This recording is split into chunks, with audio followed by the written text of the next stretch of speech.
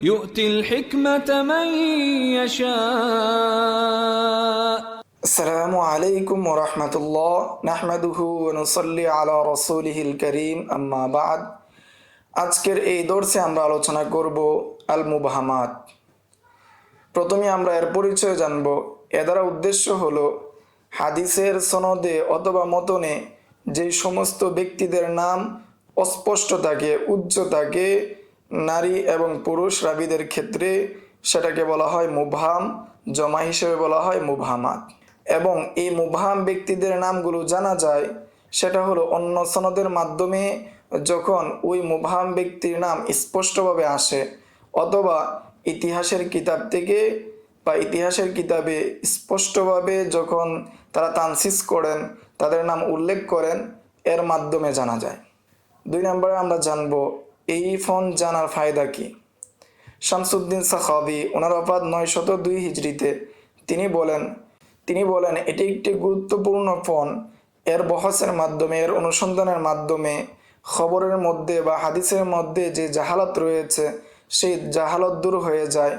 আবার কখনো সেই জাহালতটা যদি সনদের মধ্যে হয়, যেমন কেউ বলল আখবরনী রাজুলুন আও শাইখুন আও ফুলানুন আও বা'দুহুম, এরূপভাবে যদি কেউ বলে, তখন তো আবশ্যক হয়ে যায় যে এই ব্যক্তির নাম জানা। কেননা হাদিস গ্রহণের জন্য শর্ত হলো সনদের মধ্যে রাবির আদালত সম্পর্কে জানা। এই ব্যক্তির নাবি মুবহাম, যে ব্যক্তির নামই অস্পষ্ট, যার আইন জানা যাচ্ছে না, সত্তা জানা যাচ্ছে না, তার পরিচয় কীভাবে জানা যাবে? যখন পরিচয় জানা যাবে না, তখন হাদিসটা দুর্বল হয়ে যাবে। অপরদিকে যদি ব্যক্তির নাম হাদিসের মতনে থাকে এবং এই হাদিসের মুআরাজ যদি কোনো হাদিস থাকে, এর বিপরীতে যদি কোনো হাদিস থাকে, তখন ওই রাবির মাধ্যমে, ওই রাবির পরিচয়ের মাধ্যমে দুই হাদিসের মধ্যে সমন্বয় বিধান করা যাবে যে কোন হাদিসটি নাসেখ এবং কোন হাদিসটি মানসুখ। যখন হাদিসে বর্ণিত রাবির ইসলাম সম্পর্কে জানা যাবে যে তিনি কত সনে ইসলাম গ্রহণ করেছেন, অথবা তিনি যে হাদিসটি বর্ণনা করেছেন সেই সময় কি তিনি মুসলমান ছিলেন নাকি ছিলেন না, সেটা জানার মাধ্যমে নাসেখ এবং মানসুখ নির্ধারণ করা যাবে। 3 নম্বর আলোচনার বিষয় যে এই ফোনের প্রকারভেদ। সবচেয়ে গুরুত্বপূর্ণ প্রকার হলো, প্রথম প্রকার, সেটা হলো কোনো পুরুষ অথবা মহিলা হাদিসের মধ্যে অস্পষ্ট থাকা, তার নাম অস্পষ্ট থাকা।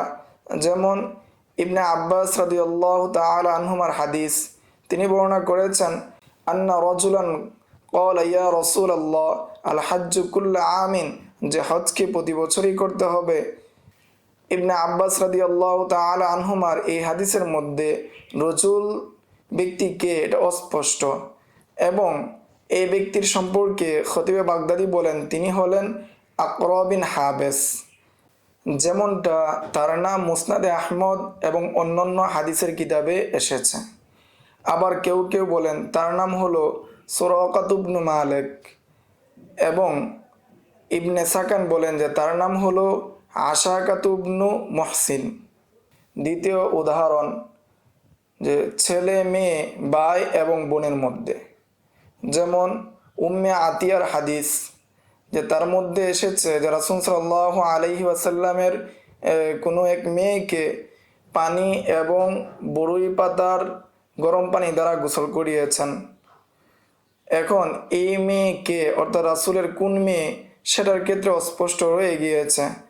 তো সেই ক্ষেত্রে বলা হয় তিনি হলেন যায়নব রাদিয়াল্লাহু তাআলা আনহা, আর তিনি হলেন আবুল আস বিন রবিয়া এর স্ত্রী। অনুরূপভাবে ইবনুল লাতিয়া, যাকে রাসূল সাল্লাল্লাহু আলাইহি ওয়াসাল্লাম সৎকার মাল বা সৎকার উঠানোর জন্য নির্ধারণ করেছিলেন, এবং তিনি রাসূলকে বলেছিলেন হাদা লাকুম ওয়াহাদা উহদিয়ালি, যে এটা এই যে রয়েছে এটি আপনাদের জন্য আর এটি আমার জন্য। তার নাম বর্ণনা করার ক্ষেত্রে বলা হয় যে তিনি হলেন আব্দুল্লাহ।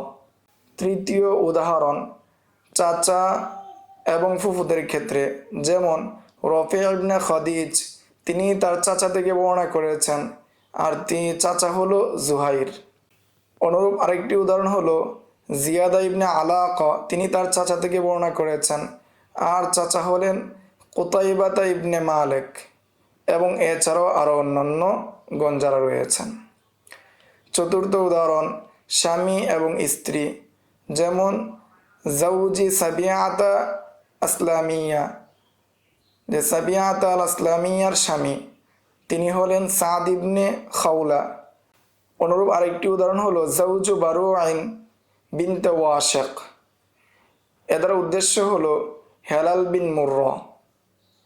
4 নম্বর আলোচনার বিষয় হলো এই ফোনের গুরুত্বপূর্ণ কিতাব। আল্লামা ইরাকি তিনি বলেন যে এই ফোনের মধ্যে অনেক ইমামগণ কিতাব লিখেছেন। তন্মধ্যে হলেন আব্দুল গনি বিন সাঈদ আল আজদি, ওনার ওফাত 409 হিজরিতে, খতিবে বাগদাদি তার ওফাত 463 হিজরিতে, আবুল কাসেম খালফ ইবনে আব্দুল মালিক ইবনে বাশকাওয়াল, ওনার ওফাত 578 হিজরিতে, এবং তার এই কিতাব এই ফোনের মধ্যে সবচেয়ে বড় কিতাব।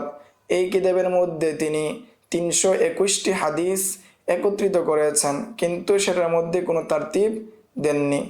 কিন্তু খতিবে বাগদাদি তার কিতাবকে হরফ অনুযায়ী সাজিয়েছেন, অর্থাৎ মুবহাম ব্যক্তিদের যে নাম সেই নামের যে হরফ রয়েছে সেই হরফ অনুযায়ী সাজিয়েছেন, এবং তার কিতাবের মধ্যে 171টি হাদিস উল্লেখ করেছেন। এবং খতিবে বাগদাদির কিতাবকে ইখতিসার করেছেন ইমাম নববী, এবং সেটিকে তারতিব দিয়েছেন হাদিসের যে হরুফুল মুআজ্জাম রয়েছে সেই তারতিব অনুযায়ী, এবং সেই কিতাবের মধ্যে বাহাস করা এবং তাফতিশ করা অধিক সহজ। এবং তিনি এই কিতাবের মধ্যে আরও কিছু নাম বৃদ্ধি করেছেন। শেখ ওলিউদ্দিন আল ইরাকি তিনি জমা করেছেন এই ফোনের মধ্যে একটি কিতাব, এবং নামকরণ করেছেন আল মুস্তাফাদু মিনাল মুবহামাতিল মাতানি ওয়াল ইসনাদ। এবং তিনি তার এই কিতাবের মধ্যে খতিবে বাগদাদির কিতাব, ইবনে বাশকাওয়ালের কিতাব এবং নববীর কিতাবকে একত্রিত করেছেন, এবং তার মধ্যে তিনি আরও কিছু সংযোজন করেছেন, এবং সবগুলোকে তিনি বাব অনুযায়ী সাজিয়েছেন। এবং এই কিতাবটি হলো এই ফোনের মধ্যে অত্যন্ত সুন্দর একটি কিতাব। এই ছিল আল মুবহামাত এর সম্পর্কে সংক্ষিপ্ত আলোচনা। আসসালামু আলাইকুম ওয়া রাহমাতুল্লাহ। ومن يؤت الحكمة فقد أوتي خيرا كثيرا وما يذكر إلا أولو الألباب